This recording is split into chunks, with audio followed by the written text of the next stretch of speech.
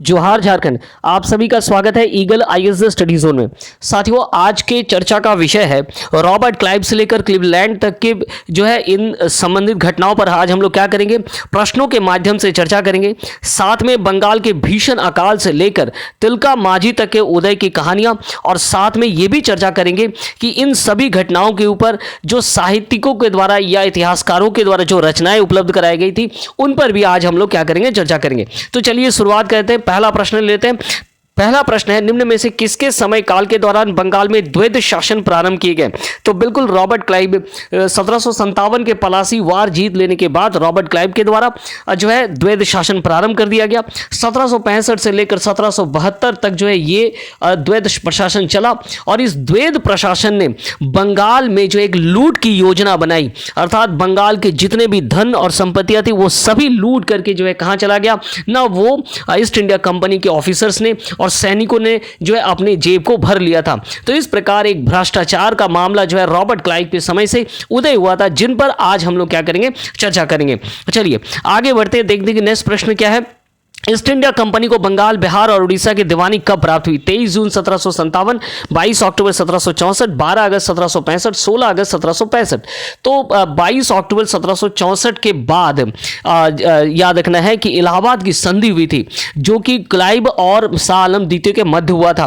प्रथम संधि के अंतर्गत जो कि 12 अगस्त 1765 हुआ था, इसके तहत बंगाल, बिहार और उड़ीसा की दीवानी जो है प्राप्त हुआ था ब्रिटिशर्स को, और माना जाता है कि ये एक टर्निंग पॉइंट था। और इसके बाद जो है ब्रिटिशर्स ना केवल व्यापारी बने, बल्कि अब भारत के प्रशासनिक व्यवस्था में भी उनका क्या हो गया था ना, एंट्रेंस हो गया था। इसके बाद तुरंत 16 अगस्त 1765 को भी एक संधि हुआ था, जो कि अवध के शासक शुजाउद्दौला के मध्य हुआ था। चलिए, तो ये याद रखना है कि बंगाल, बिहार और उड़ीसा की दीवानी कब प्राप्त हुई? तो 12 अगस्त 1765 को प्राप्त हुआ था। चलिए आगे बढ़ते हैं नेक्स्ट प्रश्नों की ओर। इलाहाबाद के प्रथम संधि के संदर्भ में कौन असत्य है? अर्थात जो संधि जिसके तहत जो है अंग्रेजों को स्थायी दीवानी प्राप्त हुई, उस संधि के जो महत्वपूर्ण कथन है उन पर आज हम लोग क्या करेंगे, चर्चा करेंगे।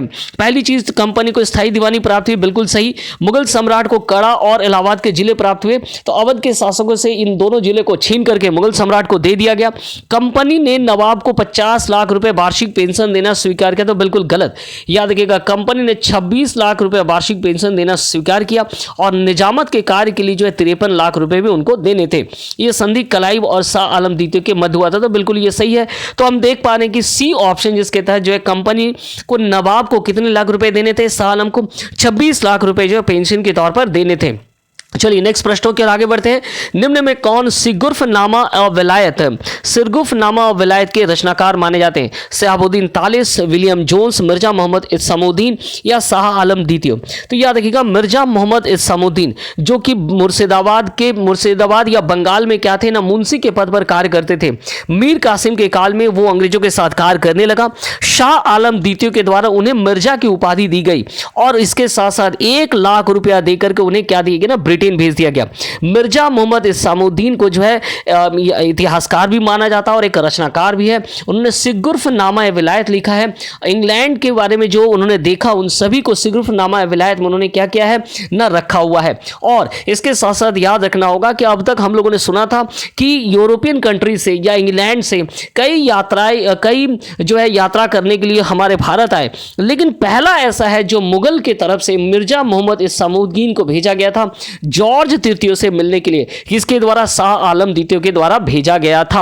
हालांकि ऐसा माना जाता है कि रॉबर्ट क्लाइव ने उन्हें रोका था, उनके पैसे छीन लिए थे, फिर भी वो ओवरऑल जाकर के कहां मिलते हैं ना, ब्रिटेन में। उनकी मुलाकात विलियम जोन्स के साथ भी होती है, और साथ में जो है वो ब्रिटेन में कई वर्षों तक रहने के बाद वो वापस आते हैं। चलिए तो आगे बढ़ते हैं नेक्स्ट प्रश्न। इसके साथ साथ एक महत्वपूर्ण घटना जुड़ा हुआ है मिर्जा मोहम्मद इसामुद्दीन के साथ, जो इलाहाबाद की संधि है। इलाहाबाद के संधि को लिखने के लिए, अर्थात टेक्स्टों में लिखने के लिए जो जिनका सहारा लिया गया था, वो है मिर्जा मोहम्मद इसामुद्दीन, जो कि उस समय जो है अंग्रेजों के तरफ से मुंशी के पद पर कार्य करते थे। चलिए नेक्स्ट प्रश्न की ओर आगे बढ़ते हैं, देखते हैं कि नेक्स्ट प्रश्न क्या है।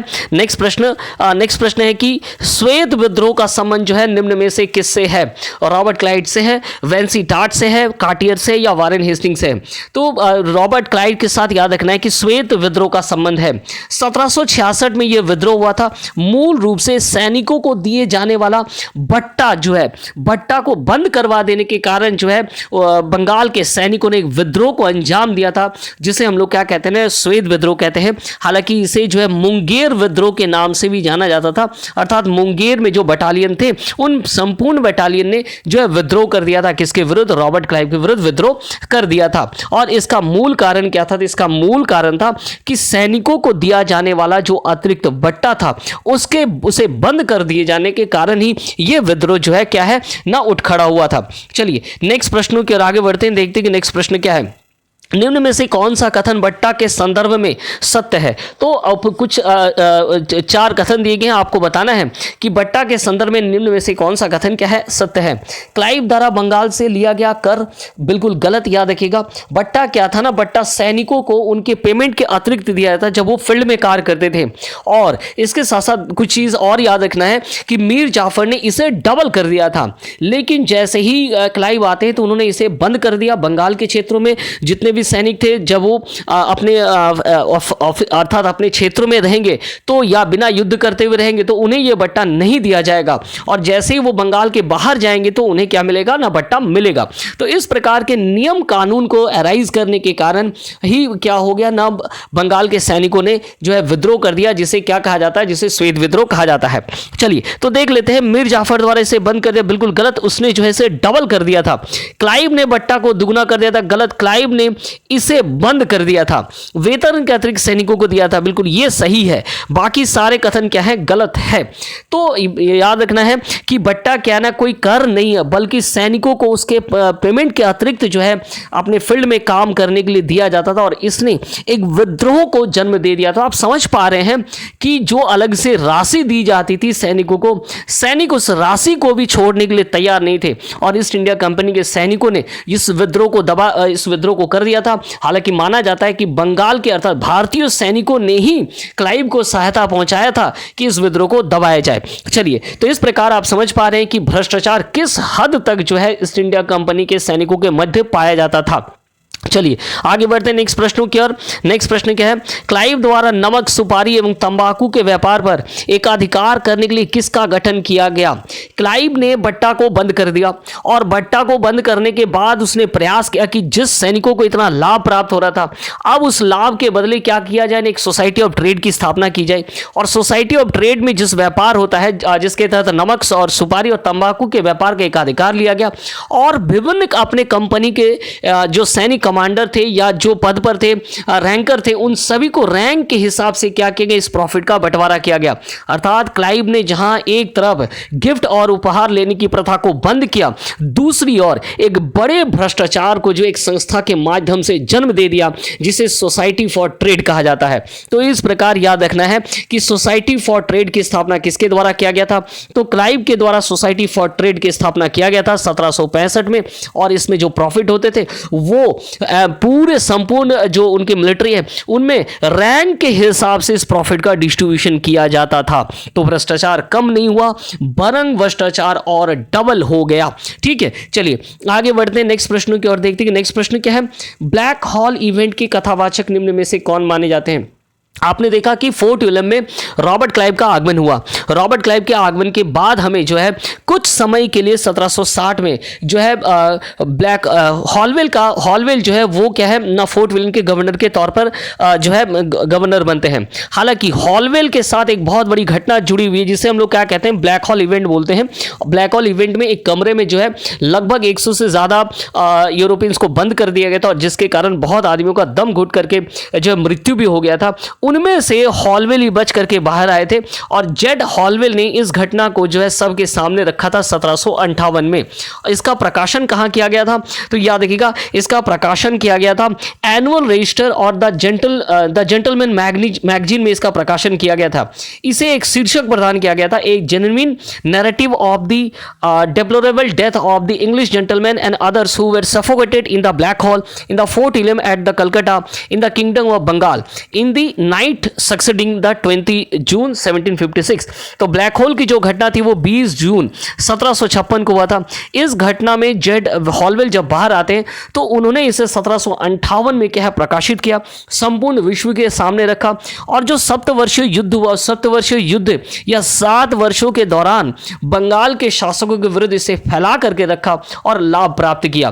तो इस प्रकार हॉलवेल जो है क्या थे, ब्लैक होल इवेंट के कथाकार थे और साथ में रॉबर्ट क्लाइव के बाद जो है क्या क्या क्या बनकर आए थे, नहीं ये कुछ समय के लिए जो है फोर्ट विलियम के गवर्नर भी बने थे। चलिए नेक्स्ट प्रश्नों के आगे बढ़ते हैं।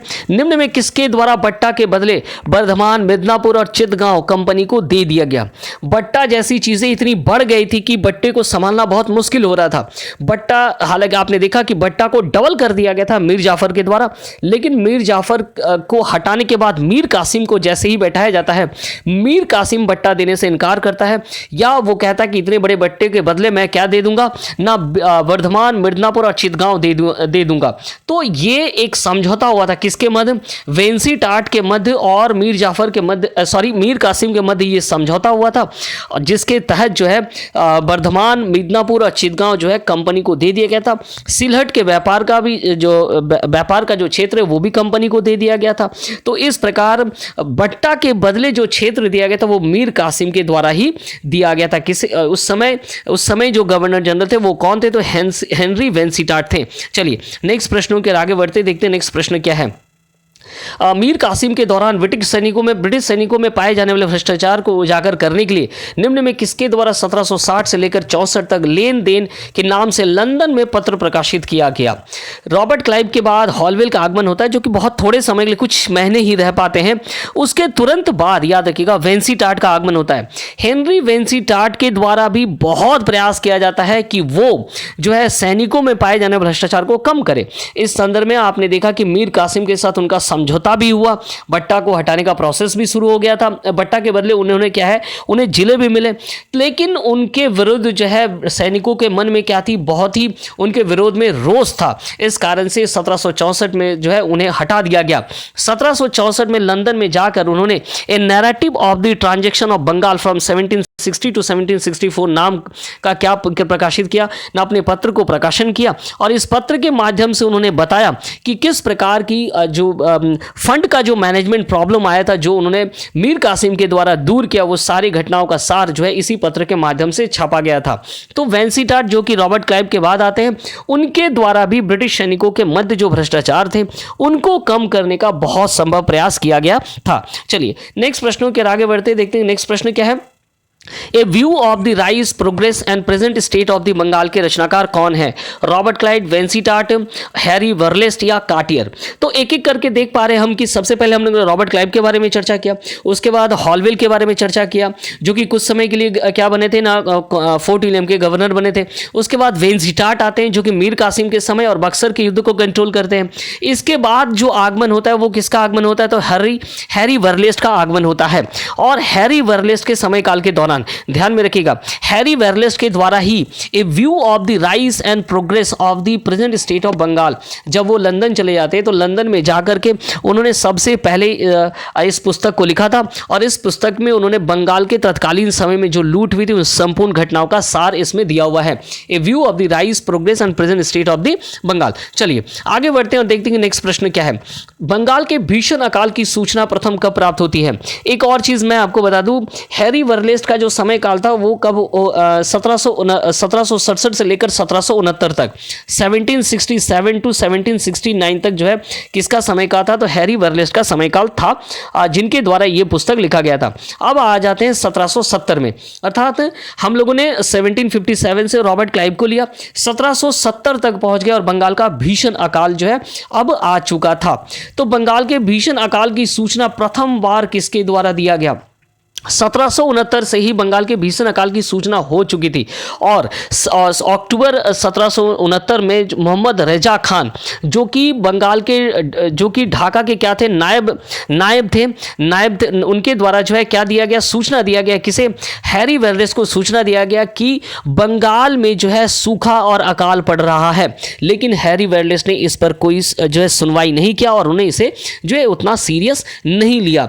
आगे जाकर ये भीषण जो है अकाल है 1770 में बहुत ही भयंकर हो चुका था। चलिए, बंगाल के भीषण अकाल का क्या कारण था, आज हम लोग चर्चा करेंगे कि आखिर बंगाल में जो अकाल हुआ क्या उसका केवल प्राकृतिक ही कारण था या कहीं ना कहीं ईस्ट इंडिया कंपनी भी इसके दोषी थे।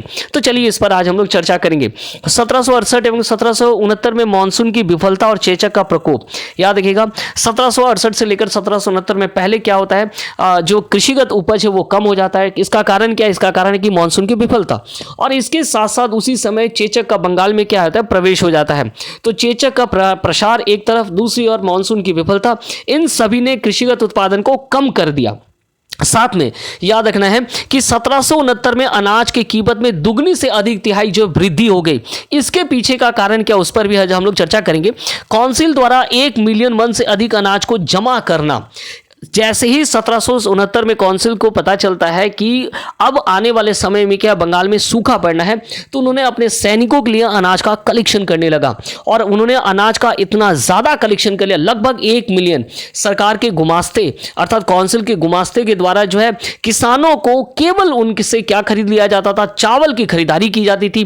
पैसे का लोभ दिया जाता था कि अधिक से अधिक चावल दो, और इस घटना का जिक्र जो है महाश्वेता देवी के द्वारा भी किया गया है, जिसका आगे हम लोग क्या करेंगे, चर्चा करेंगे। इस प्रकार जो संपूर्ण बंगाल राजमहल के क्षेत्र का जो अनाज था उसका कलेक्शन जो है गुमास्तों के द्वारा, ठेकेदारों के द्वारा कर लिया जाता था। और एक तो प्राकृतिक प्रकोप था ही जहां मानसून की कमी, इसके साथ साथ जो है चेचक का प्रवेश होता है, वहीं संपूर्ण क्षेत्र से अनाज को सीधे गुमास्तों के द्वारा जो है खींच लिया जाता है। तो एक क्या हो गया ना, कृत्रिम आर्टिफिशियल सूखा भी बंगाल में पड़ जाता है। और इसके साथ साथ चावल की कीमत जो है दुगनी से 3 गुनी तक बढ़ जाती है। और अब 1770 में बंगाल का भीषण अकाल पड़ता है, जिसमें लाखों लोगों की मृत्यु हो जाती है बिना जो है खाद्यान्न के अभाव से। चलिए, तो 1769 में अनाज की कीमत से दुगनी से भी अधिक की वृद्धि हुई, बिल्कुल सही। तो उपरोक्त सभी याद रखिएगा, ये वो सारे रीजन है जिसके कारण 1770 में जो है भीषण अकाल ने जो है एक दुर्भिक्ष का रूप ले लिया था। ठीक है, चलिए, तो कहीं ना कहीं हम कह सकते हैं कि ईस्ट इंडिया कंपनी के द्वारा जो अनाजों का कलेक्शन किया गया 1 मिलियन मन से भी अधिक, ये कहीं ना कहीं एक आर्टिफिशियल कारण था, जिसके कारण बंगाल जो है इतना उत्प्रेरित हुआ और साथ में झारखंड का राजमहल क्षेत्र भी उत्प्रेरित हुआ। चलिए, नेक्स्ट प्रश्न। 1770 में भीषण अकाल के दौरान बंगाल के गवर्नर थे। बंगाल के गवर्नर कौन थे? तो जॉन कार्टियर। जॉन कार्टियर क्या थे ना, बंगाल के तत्कालीन समय में गवर्नर थे 1769 टू 1772, अर्थात वारेन हेस्टिंग्स से आने से पहले कार्टियर्स क्या थे ना, बंगाल के गवर्नर थे। और जैसे कि आपने देखा कि नायब राजा खान के द्वारा, जो कि ढाका के क्या थे, नायब थे, सिताब राय के द्वारा ये सूचना दिया जाता है, पहले हैरी वेल्डेस को, उसके बाद जॉन कार्टियर को सूचना दिया था कि बंगाल में क्या है ना, सूखा पड़ रहा है और हमें जो है टैक्स में छूट देनी चाहिए। लेकिन बिना टैक्स में छूट दिए हुए जो है ईस्ट इंडिया कंपनी के द्वारा या फोर्ट विलियम के जो गवर्नर थे उनके द्वारा 10% से भी अधिक का अतिरिक्त कर लगा दिया गया। और इस प्रकार आप देख पाए कि पिछले प्रश्न में हमने डिस्कस किया कि किस प्रकार बंगाल में भीषण अकाल तो थे और अनाज की किस प्रकार की कमी भी उत्पन्न हो गई। चलिए, नेक्स्ट प्रश्नों की ओर आगे देखते हैं कि नेक्स्ट प्रश्न क्या है। नेक्स्ट प्रश्न है कि the annals of rural Bengal के रचनाकार कौन हैं? ये क्या है, इसका संबंध कहां से है? तो W W Hunter the annals of rural Bengal के रचनाकार है। उन्होंने यहां बंगाल के भीषण अकाल 1770 के भीषण अकाल के बारे में सूचना हमें दिया है। याद रखना 1862 में ये असिस्टेंट मजिस्ट्रेट और कलेक्टर थे, कहां के? तो बीरभूम के। साथ ही इंपीरियल गैजेटर ऑफ इंडिया बनाने में इनकी अहम भूमिका पाई जाती है। इसके साथ साथ कई और इनकी रचनाएं हैं, लेकिन इनकी सबसे महत्वपूर्ण विषय है कि इन्होंने 1770 के बंगाल के भीषण अकाल को उकेरा था। किसके द्वारा? तो W हंटर ने अपने the annals of rural Bengal में इसे उकेरा था। चलिए आगे देखते हैं नेक्स्ट प्रश्नों की ओर। नेक्स्ट प्रश्न क्या है? उपन्यास आनंद मठ के रचनाकार कौन है? तो एक तरफ ब्रिटिशर्स के द्वारा बाद में इस घटना को उकेरा जाता है, वहीं आनंद मठ जो कि बंकिम चंद्र चटर्जी के द्वारा लिखा गया था, उनके द्वारा भी इस घटना को उकेरा गया। उन्होंने अकाल को जो है अपने कहानियों के माध्यम से, उपन्यास के माध्यम से सबके सामने रखा था। तो इसका उत्तर क्या होगा? इसका उत्तर होगा बंकिम चंद्र चटर्जी, और 1882 में जो इसका पहला पब्लिकेशन किया गया था। तो हम देख पा रहे हैं कि बंगाल में जो भीषण अकाल हुआ था उसे विभिन्न इतिहासकारों के द्वारा, साहित्यकारों के द्वारा क्या है ना, उकेरा जा रहा है। चलिए आगे बढ़ते हैं नेक्स्ट प्रश्न के। नेक्स्ट प्रश्न देखते हैं कि क्या कुछ है। सन्यासी विद्रोह के संकेंद्रण किस क्षेत्र में था? आनंद मठ से हमें 2 सूचनाएं प्राप्त होती है। पहली बात तो याद रखना है कि 1770 के भीषण अकाल की सूचना प्राप्त होती है। दूसरी ओर सन्यासियों का जो विद्रोह हुआ था, सन्यासी विद्रोह मूल रूप से क्या है, तीर्थ यात्रा कर देने के लिए वो रेडी नहीं थे, और इनके द्वारा जो है लगभग जो है सभी सन्यासियों के द्वारा क्या कर दिया गया था, फकीरों के द्वारा विद्रोह, इसे फकीर विद्रोह भी कहता है, तो फकीरों के द्वारा विद्रोह कर दिया गया था। और इसका मूल रूप से संकेंद्रण कहाँ था? तो रंगपुर, बांग्लादेश, जिसे नाटूर का क्षेत्र भी कहते हैं। तो बांग्लादेश के नाटूर या रंगपुर के क्षेत्र में फकीर विद्रोह, सन्यासी विद्रोह जो है जोर शोर से फैलने लगा था। चलिए आगे बढ़ते हैं नेक्स्ट प्रश्न को और देखते हैं नेक्स्ट प्रश्न क्या है। ईस्ट इंडिया कंपनी को प्राप्त स्थायी दीवानी के प्रभाव का संबंध है, अर्थात निम्न में से किस घटना का संबंध बंगाल के क्षेत्र में जो स्थायी दीवानी प्राप्त हुई और उसके बाद जो लूट शुरू हुआ उसका इफेक्ट हम खोजने का प्रयास कर रहे हैं। चुआर विद्रोह, पहाड़िया विद्रोह, सन्यासी विद्रोह, उपरोक्त सभी। तो बिल्कुल उपरोक्त सभी। अगर चुआर विद्रोह की बात करें तो 1769 में ये झारखंड में हुआ था। पहाड़िया विद्रोह ये भी झारखंड में 1770 से लेकर 1782 तक लगभग 12 वर्षों तक चला था। सन्यासी विद्रोह 1771 में प्रारंभ हुआ था, लगभग 5 वर्षों तक चला था, 7 वर्षों तक चला था, 77 तक चला था। तो इस प्रकार ये सारे विद्रोह जो उभर करके आए थे वो बंगाल की स्थायी दीवानी प्राप्त होने के उपरांत ही उभर करके आए थे। इनके कारण ही अलग अलग समय में जो विद्रोह उभर करके आए, अधिक कर लेने के कारण कह सकते हैं उभर करके आए, या अलग अलग कारण से, जैसे सन्यासी विद्रोह जो है तीर्थ यात्रा करके कारण हुआ था। तो ये सभी विद्रोह जो है किसके कारण उपजा ना, स्थायी दीवानी मिलने के उपरांत जो है उपजा। मूल रूप से 2 विद्रोह झारखंड का है, एक विद्रोह हम कह सकते हैं वो क्या है, बांग्लादेश और बंगाल के क्षेत्रों का है। चलिए आगे बढ़ते हैं नेक्स्ट प्रश्नों के। नेक्स्ट प्रश्न देखते क्या है। बंगाल के भीषण अकाल का संबंध झारखंड के किस महान स्वतंत्रता सेनानी के साथ है जिनकी गाथाएं महाश्वेता देवी के उपन्यास सालगिरह डाके से प्राप्त होता है? तो सालगिरह डाके से हमें तिलका माझी की संपूर्ण कथा प्राप्त होती है, अर्थात उनके परिवार की कथा हमें प्राप्त होती है। सालगिरह डाके में यह सूचना हमें प्राप्त होता है कि 1769 और 70 में किस प्रकार अनाजों का कलेक्शन किया जा रहा था, और उस समय तिलका माझी इस दृश्य से और इस घटना से बहुत ही क्या है क्षुब्ध थे, वे गुस्से में थे। उन्होंने इस प्रकार जो है संगठन प्रारंभ किया और फिर जो है अंग्रेजों के विरुद्ध विद्रोह किया। हालांकि तिलका का उम्र जो है 1770 के आसपास 20 वर्ष ही था, क्योंकि तिलका का जन्म 1750 में हुआ था और एक वो 20 वर्ष के युवा थे। फिर भी उन्होंने 20 वर्ष से ही जो अंग्रेजों के विरुद्ध जो है आंदोलन करना प्रारंभ हो गया था। उस समय राजमहल के क्षेत्र में, अगर आपको याद होगा तो उस समय राजमहल के क्षेत्र में पहाड़ियों का विद्रोह हो रहा था। पहाड़ियों का जो विद्रोह था वो 1770 से लेकर 1782 तक 3 चरणों में संपन्न हुआ था। रमना आहाड़ी के द्वारा जो है इस प्रथम पहाड़िया विद्रोह के प्रथम चरण का नेतृत्व किया गया। और इस पहाड़िया विद्रोह के पीछे जो कहानी है वो कहां से शुरू होती है, तो वो बंगाल के भीषण अकाल से शुरू होता है और बाद में धीरे धीरे ये फैलते फैलते कहां पहुंच जाता है, तो अगस्त क्लीवलैंड तक पहुंच जाता है। और इसी जो बंगाल के भीषण अकाल ने ही तिलका माझी का उत्पत्ति किया था, क्योंकि पहाड़िया विद्रोह ने तिलका माझी को तैयार किया था और इसी तिलका माझी ने आगे जाकर के जो है क्लीवलैंड की हत्या कर दी थी। चलिए नेक्स्ट प्रश्नों के आगे बढ़ते देखते हैं नेक्स्ट प्रश्न क्या है। नेक्स्ट प्रश्न, छोटी मुंडा एवं तार तीर के रचनाकार कौन है? तो महाश्वेता देवी ने कई रचनाएं की है जनजातियों को लेकर, जनजातीय समस्याओं को लेकर के। उनमें अरण्य अधिकार जो कि बिरसा मुंडा जी के ऊपर आधारित है, सालगिरह डाके जो कि तिलका माझी के ऊपर आधारित है। ठीक उसी प्रकार छोटी मुंडा एवं तार तीर भी उनके एक रचनाएं हैं जो एक जनजातीय आदिवासी की कहानी है और इसमें जो है हम इस चीज को देख सकते हैं। ठीक है, चलिए आगे बढ़ते हैं नेक्स्ट प्रश्न प्रश्नों की और नेक्स्ट प्रश्न क्या है, महाश्वेता देवी प्रथम बार झारखंड के किस क्षेत्र में जनजातियों के जीवन से परिचित हुए? महाश्वेता देवी ने कई रचनाएं की, उनकी प्रथम महत्वपूर्ण रचना मानी जाती है झांसी रानी को।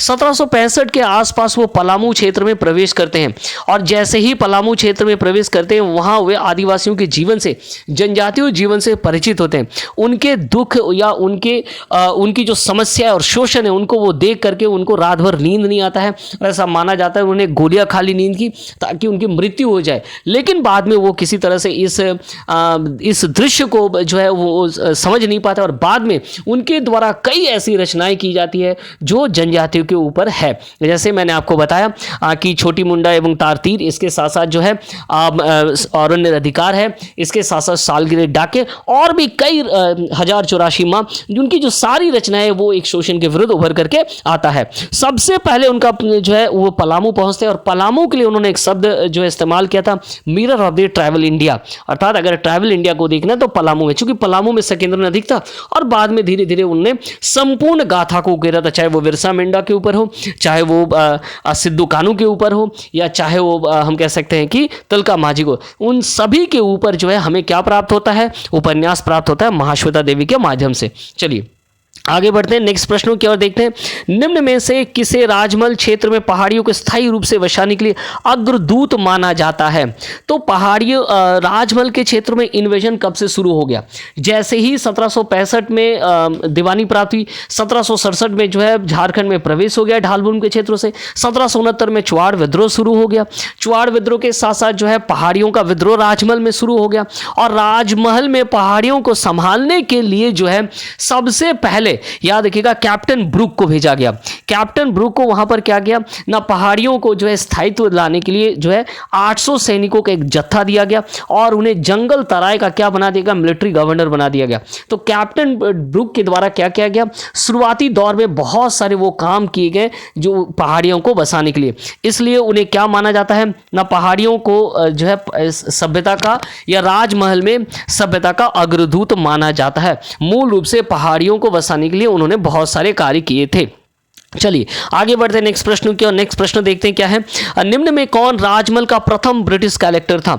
तो राजमहल का प्रथम जो ब्रिटिश कलेक्टर थे वो कौन थे? तो क्लीवलैंड को माना जाता है और इसका जो स्रोत है वो झारखंड डेटा जो साहिबगंज का जो डेटा पोर्टल है, सरकार का जो डेटा पोर्टल है वहां से लिया गया है और ये वहां के राजमहल के प्रथम ब्रिटिश कलेक्टर की जो सूचना में प्राप्त हुई वो कौन है? तो क्लीवलैंड है। चलिए आगे बढ़ते हैं नेक्स्ट प्रश्न की और देखते हैं कि नेक्स्ट प्रश्न हमारा क्या है। नेक्स्ट प्रश्न क्या है, निम्न में से किसके द्वारा राजमहल के पहाड़िया जनजातीय ग्रामीण व्यवस्था को प्रथम बार मान्यता देने का प्रयास किया गया? ब्रुक, ब्राउन, क्लीवलैंड या सुदरलैंड? तो याद रखिएगा ब्राउन के द्वारा 1778 में ब्राउन के द्वारा एक विस्तृत योजना पेश की गई थी राजमहल के क्षेत्रों के लिए और उनके द्वारा पहली बार ऐसा प्रस्ताव पारित रखा गया था कि जनजातीय क्षेत्रों में जो ग्रामीण प्रशासन है उसे क्या देना चाहिए, मान्यता देना चाहिए और यहाँ के सरदार और माझियों को लेकर के ही यहाँ के प्रशासन को संभालना चाहिए। आप देख पा रहे बाद में माझी मुंडा मानकी की जो व्यवस्था है उसे मान्यता जो है विल्किंसन रूल के माध्यम से हमें प्राप्त हो रहा है, लेकिन इसकी पहली सूचना हमें कहां से प्राप्त हो रही है? तो ब्राउन के द्वारा प्रस्तावित योजना से प्राप्त हो रही है। राजमहल का जो क्षेत्र है उस समय परगना में बटा हुआ था जिसे टप्पा भी कहा जाता है। ये शब्द याद रखिएगा, टप्पा जो है किसे कहा था? परगना। और परगना के जो मुखिया थे उन्हें सरदार कहा जाता था, उनको सहायता करने के लिए एक सहायक होते जिन्हें नायब कहा जाता था। तो इस प्रकार सरदार, नायब और माझी के द्वारा संपूर्ण संथाल परगना क्षेत्र को कंट्रोल किया जाता था। इसी जनजातीय सभ्यता को, जनजातीय ग्रामीण स्वशासन की जो व्यवस्था है उसे मान्यता देने का जो सबसे पहले प्रस्ताव रखा गया था किसके द्वारा? 1778 में ब्राउन के द्वारा प्रस्ताव रखा गया था, जो कि जो है उनका ट्रांसफर हो जाने के कारण उन्हें वो इसे लागू नहीं कर पाते हैं और बाद में जिसे किसके द्वारा लागू किया जाता है? तो क्लीवलैंड के द्वारा लागू किया जाता है कुछ हद तक। चलिए आगे बढ़ते हैं। निम्न में किसके द्वारा राजमहल के पहाड़ियों से शांति स्थापित करने के लिए तीरंदाजों की एक सेना का निर्माण किया गया था? 1700 1782 में जो है क्लीवलैंड के द्वारा राजमहल के क्षेत्र में शांति स्थापित करने के लिए 1300 सैनिकों का एक जत्था बनाया गया और सरकारी सैनिक रखे गए, अर्थात उन्हें तीरंदाज बनाए गए और इन तीरंदाजों के द्वारा वे संपूर्ण पहाड़िया क्षेत्र में शांति स्थापित करने का प्रयास किए। हालांकि आपने देखा कि 1783 में तिलका मांझी के द्वारा जो है क्लीवलैंड की हत्या कर दी जाती है। लेकिन 1782 में उन्होंने प्रयास किया था कि एक तीरंदाजों की सेना बनाए जो पहाड़िया में क्या करेंगे ना, शांति की स्थापना करेंगे। और इस तीरंदाजी का जो सेना थी उसका मुखिया बनाया गया था जावरिया के बारे में जो है हमें अधिक सूचना प्राप्त नहीं होती है। कई बार जावरिया और तिलका मांझी में जो है देखा जाता है कि इतिहासकारों में क्या है ना, कंफ्यूजन है, जिसे आगे क्लियर किया जाएगा।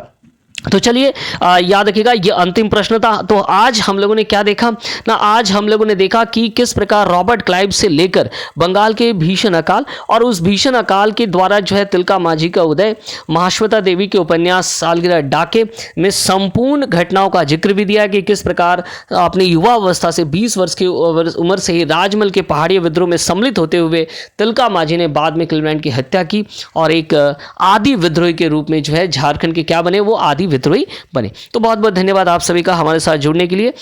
आप सभी का बहुत बहुत धन्यवाद।